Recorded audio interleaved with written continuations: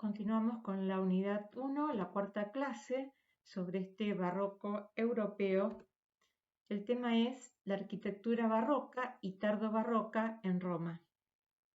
Vemos que esta arquitectura barroca, que está muy relacionada con el Concilio de Trento, que responde a la herejía luterana, con esa afirmación de la fe sostenida por la Iglesia Católica desde la tradición de los apóstoles. Entonces, esta reafirmarse en la fe supuso primero una pronunciación solemne de la Iglesia acerca de esas verdades y una expresión entonces de alegría y triunfo, que es la que va a tener esta arquitectura barroca. Esa palabra barroco significa caprichoso, rebuscado, extravagante. Es una palabra con una connotación negativa, porque no se la pusieron a sí mismos los hombres que llevaron adelante este tipo de arte, sino los de un siglo después, ¿verdad? Que buscando una arquitectura de expresión más contenida, van a encontrar esa arquitectura anterior como defectuosa. Bueno, lo que caracteriza al barroco, en primer lugar, la fantasía y creatividad en el uso de los órdenes clásicos. Es un arte que no adhiere a reglas rigurosas, entonces está abierto al uso creativo, fantástico de esas formas de la antigüedad. Esta apertura permite la existencia de distintas expresiones en los distintos países y regiones. Por eso se puede hablar de un barroco italiano, de un barroco alemán, de un barroco inglés, un barroco español, un barroco americano. Y esta variedad se debe a la incorporación de tradiciones locales. Por ejemplo, va a ser muy fuerte en Francia la continuidad del gótico y por eso la verticalidad de ese clasicismo francés. El clima entonces va a responder libremente a las exigencias del clima en cada lugar. Entonces va a ser una arquitectura que nos habla del clima de cada lugar. El uso de los materiales disponibles en el sitio y una importante relación del resultado con el entrenamiento de la mano de obra que se dispone en cada uno de los lugares. Vamos a considerar brevemente lo que significa una forma típica o tipo. Es una forma general, característica, que simboliza su rol. Por ejemplo, una forma típica de iglesia se va a fraguar en el románico con la iglesia de doble torre, ¿verdad? Y planta de cruz latina. Bueno, en este momento va a surgir una segunda tipología, o sea, una ya es existente de la tipología de iglesia, y va a surgir la iglesia del palacio italiano, perdón, el tipo de palacio italiano que va a ser, aparece en Florencia en el siglo XV y en el siglo XVII la forma típica del palacio francés. Otro punto que interesa para considerar esta arquitectura es la formación que tenían los arquitectos de la época. No había un sitio donde se estudiaban o se formaban especialmente. Entonces, ¿quiénes eran los arquitectos? Eran los grandes escultores y pintores a quienes se les pedía el diseño de los edificios más importantes, o era alguien que se había formado en el taller de algún arquitecto, o alguien que pertenecía a una orden religiosa y tenía alguna facilidad para las artes en general. Vamos a ver ahora la comparación de una planta renacentista con una planta barroca. Tomamos para eso dos ejemplos, son dos iglesias de planta de cruz griega. La de la izquierda, Nuestra Señora de la Consolación, está situada en Todi, realizada entre 1512 y 1565, probablemente por Bramante. Es una iglesia que tiene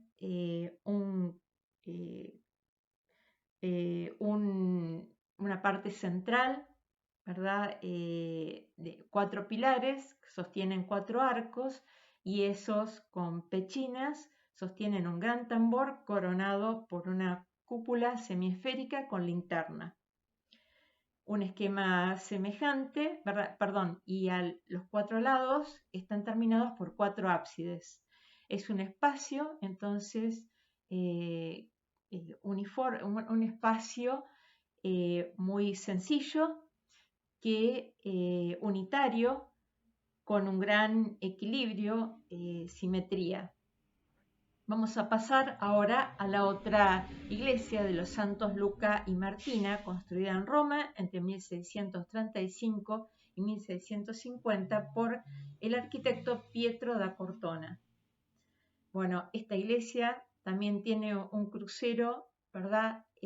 Coronado por una cúpula semiesférica con tambor y linterna, y los 4 brazos de la cruz griega, en este caso, se estiran, ¿verdad? Más que en el otro caso, creando entonces un edificio, ¿verdad? Con tensiones horizontales. No es el espacio estático anterior, sino un espacio lleno de tensiones y por lo tanto de movimiento. Vemos ese movimiento recogido también en los muros, en el muro que rodea, ¿verdad? Toda la piel del edificio, con esa forma que se aleja de la simetría original para asemejarse más a las formas orgánicas.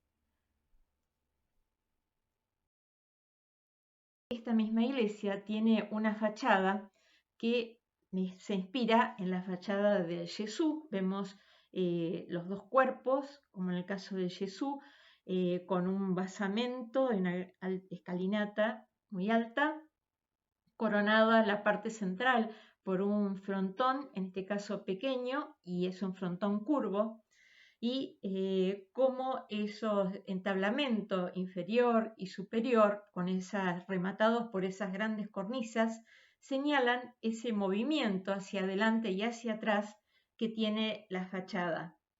Vemos en la imagen de la derecha cómo se trata de lo que se va a llamar, va a ser muy frecuente en el barroco, de una fachada pantalla, una especie de pantalla que dialoga con el espacio exterior de la calle y que, sin embargo, no revela la forma, cumple esa función de pantalla y no revela la forma, en este caso, de la planta interior, en este caso, como veíamos, una planta de cruz griega.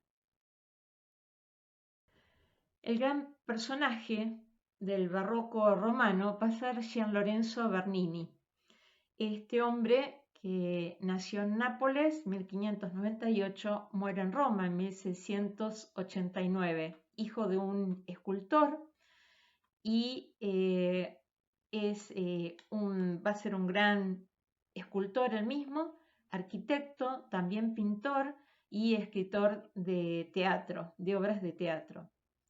Va a ser un hombre con una gran capacidad de trabajo y gran capacidad creativa, y va a trabajar desde muy joven al servicio de los papas en el Vaticano. Esta es su primer obra en la iglesia de San Pedro de Roma, que es el baldaquino. El baldaquino es una construcción hecha toda en bronce, que tiene 29 metros de alto, consiste en estas 4 columnas salomónicas que tienen un gran dinamismo ¿verdad? Con una línea, ¿verdad? Que crece hacia arriba y con esa representación de una cubierta, ¿no? Parece de tela, pero hecha también con bronce. Este baldaquino está debajo de la gran cúpula diseñada por Miguel Ángel y protege el altar y debajo del altar, muchos metros por debajo, señala el lugar donde se encuentra la tumba del apóstol San Pedro. Por detrás vemos ese punto brillante que es la cátedra de San Pedro. Aquí vemos entonces el baldaquino con el altar y por delante ese hueco, ¿verdad?, que nos muestra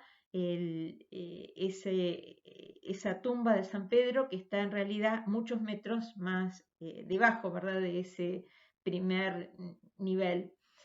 Y vemos por detrás esa cátedra de San Pedro también diseñada por Gian Lorenzo Bernini.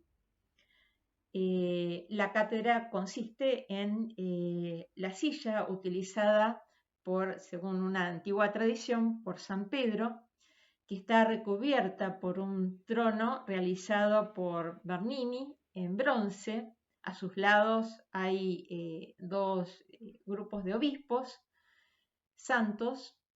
Por detrás, entonces, esa presentación del Espíritu Santo en forma de paloma, rodeado por miríadas de ángeles y rayos realizados en bronce dorado, ¿no?, que significan, ¿verdad?, la asistencia del Espíritu Santo a su iglesia a través de la persona del Papa y a quien le da el Espíritu Santo el don de la infalibilidad en temas referidos a la fe y la moral. Vemos aquí entonces la planta donde se presenta la iglesia de San Pedro y junto a esta iglesia de San Pedro el Palacio Vaticano. A Bernini el Papa le encarga la construcción de la plaza que debía estar delante de la iglesia. Pero justamente la disposición del Palacio Vaticano a la derecha de la iglesia estorbaba, ¿verdad?, una plaza de grandes dimensiones que quería realizar el arquitecto. Entonces, lo que va a hacer Bernini es hacer 2 plazas, una primera plaza de forma trapezoidal y una segunda plaza después de dejar atrás el Palacio Vaticano con una planta oval. Vemos la imagen entonces de esa plaza completa que quiere significar los dos brazos de la iglesia que abrazan al mundo.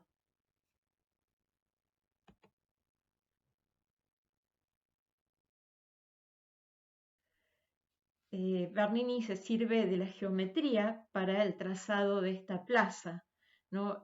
Continúa el eje central que atraviesa el baldaquino, la cátedra de San Pedro, toda la nave hecha por Maderno, después del diseño de Miguel Ángel, la fachada también realizada por Maderno, y en ese gran óvalo construido entonces en base a 2 circunferencias que se intersectan pasando ambas, ¿verdad?, por el centro de la otra y construyendo de ese modo el gran óvalo en el que se disponen esos 2 brazos de las columnatas que van a definir los límites de la plaza.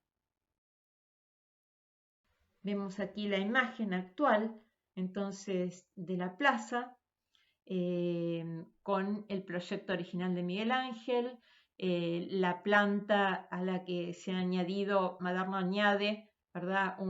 3 naves que alargan uno de los brazos de esa cruz griega, convirtiéndola en cruz latina, las 2 plazas de Bernini y la columnata, todo un conjunto que tiene como centro, ¿verdad?, de la composición la cúpula diseñada por Miguel Ángel.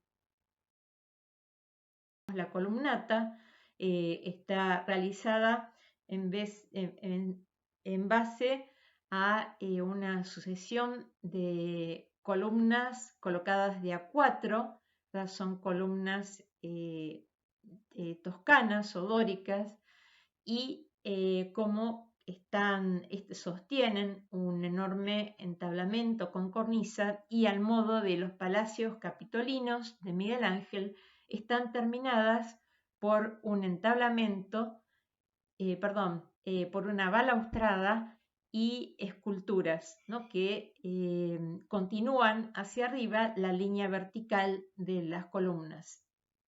El extremo de cada uno de estos brazos, ¿verdad?, de esta columnata, está terminado por un pórtico de 4 columnas y un gran frontón.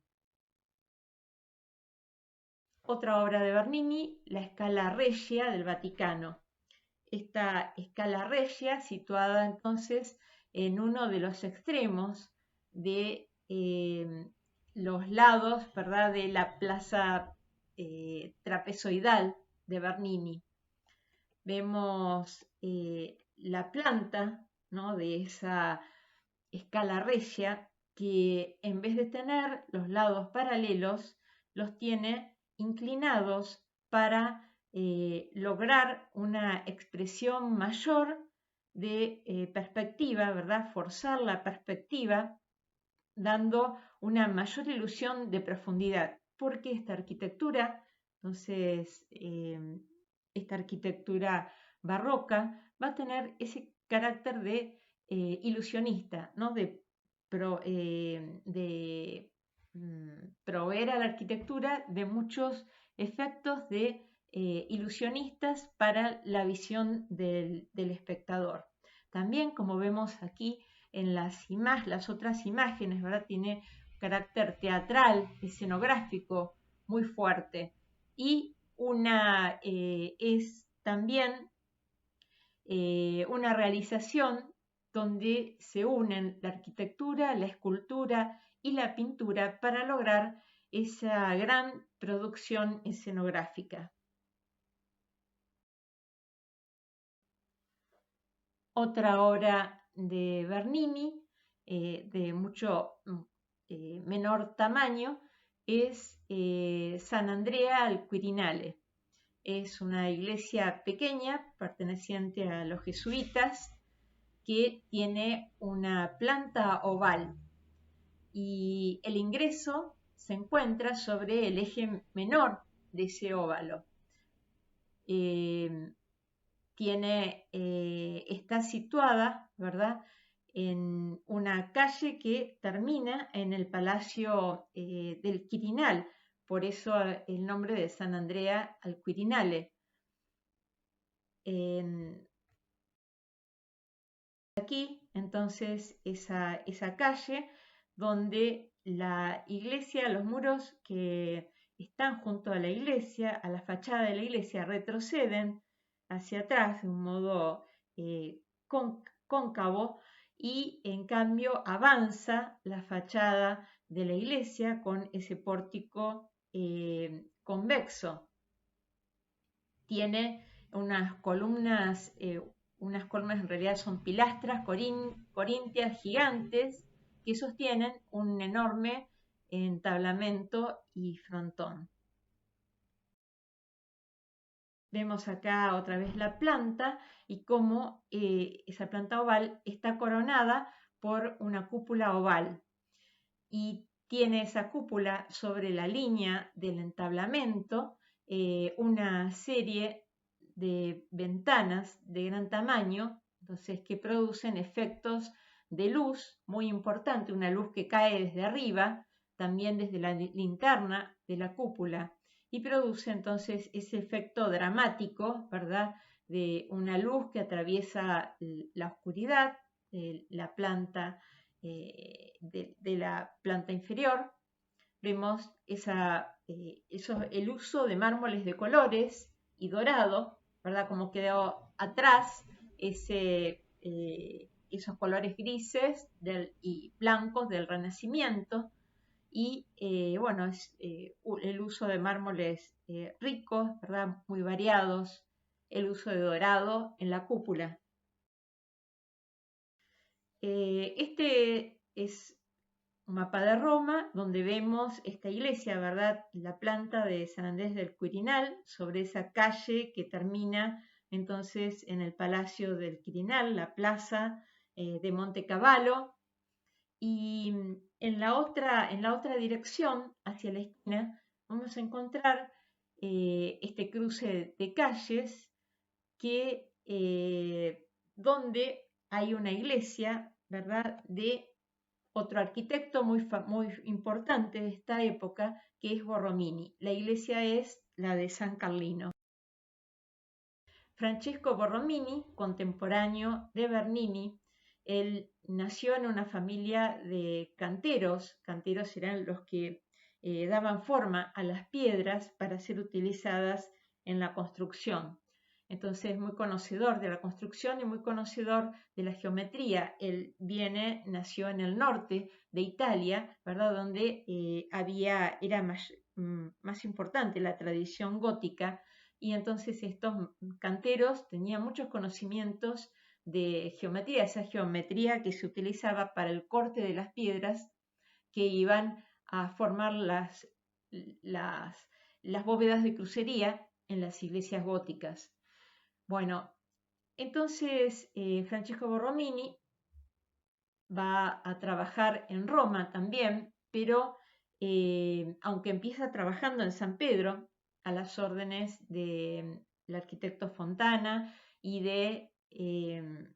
incluso de Bernini, después, por su genio, ¿verdad?, muy reconocido, comienza a trabajar por su cuenta, pero siempre para pequeñas órdenes religiosas, entonces para obras de menor relieve que las que le tocó hacer a Bernini.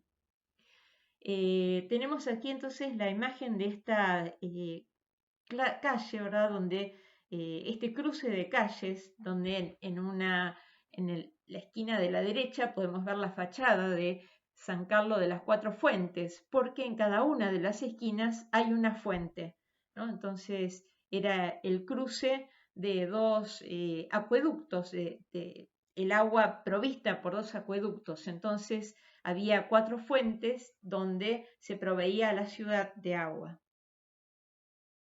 Vemos la planta entonces de San Carlino, San Carlos, que es esa planta pequeña, pero con una llamativa serie de movimientos. Es una planta tiene límites, los muros, con mucho movimiento, ¿no? Entonces con curvas y contracurvas, ¿no?, partes convexas, partes cóncavas, que le dan entonces mucho movimiento a esta pequeña planta. Esta iglesia construida para la Universidad de la Sapienza en Roma. Es también una iglesia pequeña que está dentro de un patio claustral. Vemos en la imagen que está debajo ese tambor, ¿verdad?, muy original, con esa terminación en forma piramidal de la cubierta y esa linterna que acaba con una forma de espiral muy original. Entonces vemos cómo Borromini, ¿verdad?, tiene un modo de arquitectura mucho más fantasioso, mucho más libre, más liviano, ¿verdad?, menos solemne que el de Bernini, y estas formas más extravagantes que merecieron muchas veces esa denominación de barrocas. Bueno, como vemos entonces esta pequeña planta, vamos a pasar al interior. cómo la forma está generada en base a dos triángulos equiláteros superpuestos, donde el arquitecto sustituye la punta de los triángulos a través de formas cóncavas y formas convexas. Vemos entonces cómo la forma de la planta está recogida en el entablamento, desde donde parte la cúpula, que está partida en gajos también. Entonces esos gajos tienen unas líneas, ¿verdad?, muy dinámicas que apuntan hacia el centro, donde se encuentra la linterna, ¿verdad? Y entonces toda esta cúpula con sus ventanas y con su linterna, ¿verdad?, son una fuente muy impresionante de luz en la iglesia. Entonces imágenes desde el cuerpo inferior, desde la planta inferior de la iglesia, esas enormes pilastras corintias, ¿no?, que señalan, agudizan la dimensión vertical de este edificio. En vez de mármoles de colores, vemos esas paredes blancas o casi grises del interior, con la parte superior, que ya es de la cúpula, entonces con toda una aplicación de estrellas, y vemos cómo las líneas entonces de las pilastras se continúan en esa cúpula no tan original, que nos recuerda algunos elementos, ¿verdad?, de la arquitectura gótica. Bueno, muy próxima a San Ivo, por lo tanto de la Universidad de la Sapienza, está la Plaza Navona. Esta plaza ocupa el lugar de un antiguo estadio romano, y ahí Borromini va a intervenir en la construcción de la iglesia de Santa Inés en Agonía. Esta iglesia está dedicada a una santa adolescente que muere mártir ahí mismo en el estadio, ¿no? Y creo que es en el siglo III o IV. Y bien, vamos a ver entonces esta iglesia, que está diseñada primero la planta por Carlo Reinaldi, interviene Francesco Borromini en el diseño de la fachada, y llega hasta el primer cuerpo, y continúa después Giovanni Bernini. Aquí vemos la planta de la iglesia, entonces diseñada por Carlo Reinaldi, y la fachada, entonces, que hasta el nivel del entablamento, primer entablamento y cornisa, está diseñado y realizada por Borromini. Entonces, tiene esta iglesia una gran cúpula con tambor y dos torres a los lados, y es muy llamativo ese retroceder, ¿verdad?, del cuerpo que está entre las dos torres hacia atrás por esos muros cóncavos, y bueno, cómo entonces se genera esa articulación con respecto al espacio de la plaza. Vemos aquí la plaza en la que se sitúan tres grandes fuentes. La más importante es la central, que contiene, realizada por Bernini, que contiene un obelisco egipcio, y es la fuente que se conoce como de los cuatro ríos. Y esta otra fuente, la fuente del Moro, y hay una tercera fuente, ¿verdad?, entonces por detrás de la fuente de Bernini. Bueno, como este barroco romano se traslada también a otras ciudades de Italia. Aquí vemos una obra muy importante entonces del barroco italiano en Venecia. es obra de Baldassare Longhena, un arquitecto veneciano que realizó todas sus obras ahí en la ciudad de Venecia. Esta iglesia, que tiene planta octogonal y sostiene entonces una gran cúpula semiesférica, también adornada con linterna. Tiene un gran dramatismo, ¿verdad?, de claroscuros en sentido vertical, en sentido horizontal, ¿no?, que la vuelve muy expresiva. También, entonces, por esos grandes roleas que unen la planta el cuerpo de la iglesia con el tambor y esas roleas que están completadas con esculturas y disimulan entonces la sección octogonal del tambor para lograr una unidad visual mayor con la base circular de la cúpula. Vemos entonces esta iglesia que está situada sobre el Gran Canal en Venecia y que se contempla desde lejos, ¿no?, al aproximarse las embarcaciones por el Gran Canal a la ciudad de Venecia, y también se puede ver desde la Plaza de San Marcos. Hay otros arquitectos, ¿verdad?, entonces de una generación posterior a la de Bernini, que se los va a conocer como arquitectos del norte de Italia, ¿no? Los arquitectos del barroco piamontés propiamente. Uno de ellos, primero, es Guarino Guarini, es sacerdote teatino, que se dedica a las matemáticas y especialmente también hábil con la geometría. Escribe un tratado de geometría descriptiva, y él trabaja desde muy joven en la zona de Turín como arquitecto. Y entonces se va a destacar por la realización de estas cúpulas, ¿verdad?, muy originales, cúpulas de tipo estrellado, donde se entrecruzan las líneas formando estrellas. Esta es la de la iglesia de San Lorenzo de Turín. Vemos aquí otra cúpula hecha por Guarino Guarini, también en Turín, para la capilla del Santo Sudario.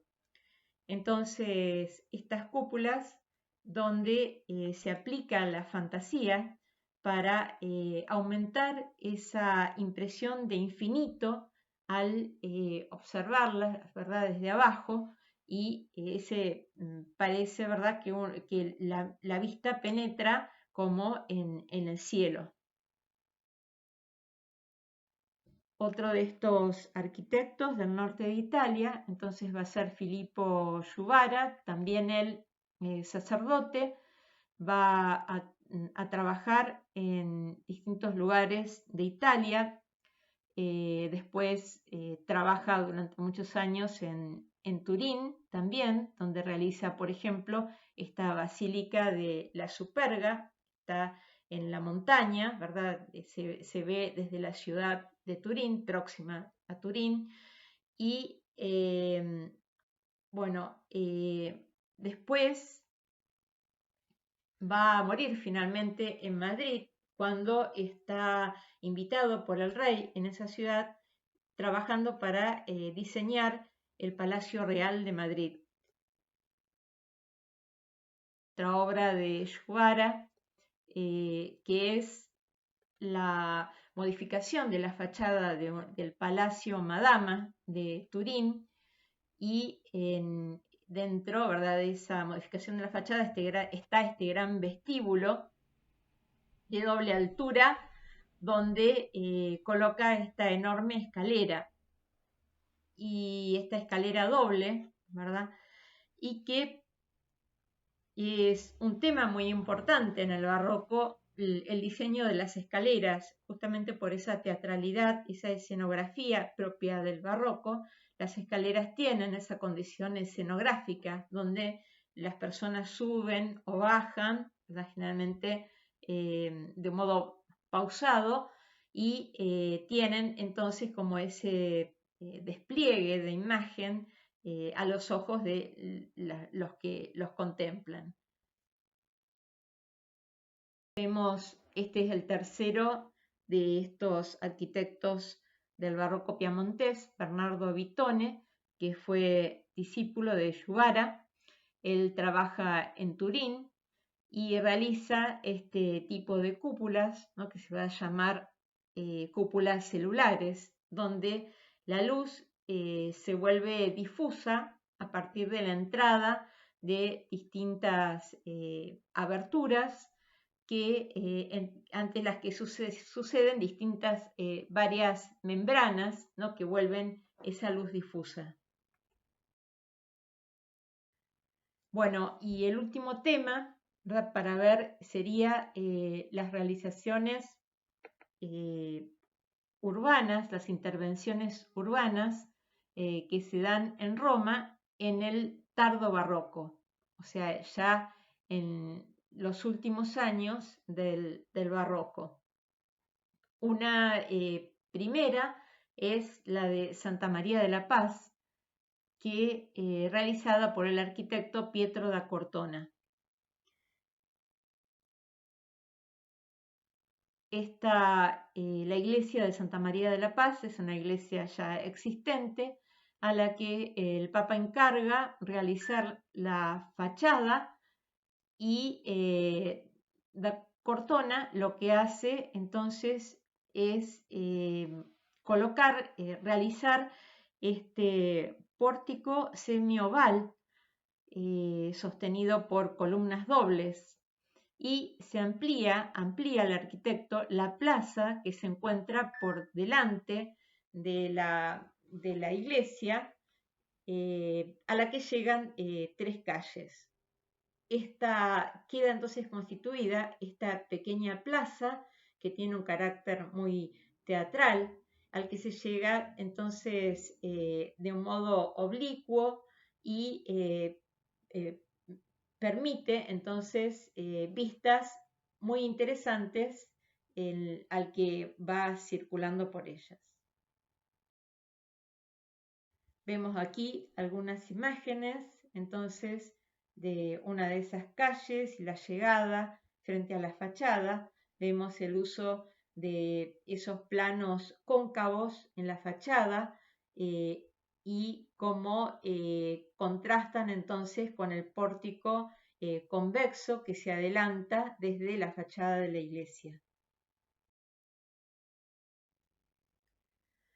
Vemos ahora una obra propiamente tardo-barroca, porque ya pertenece al siglo XVIII, 1723, que es la Piazza España, realizada por Francesco de Santis.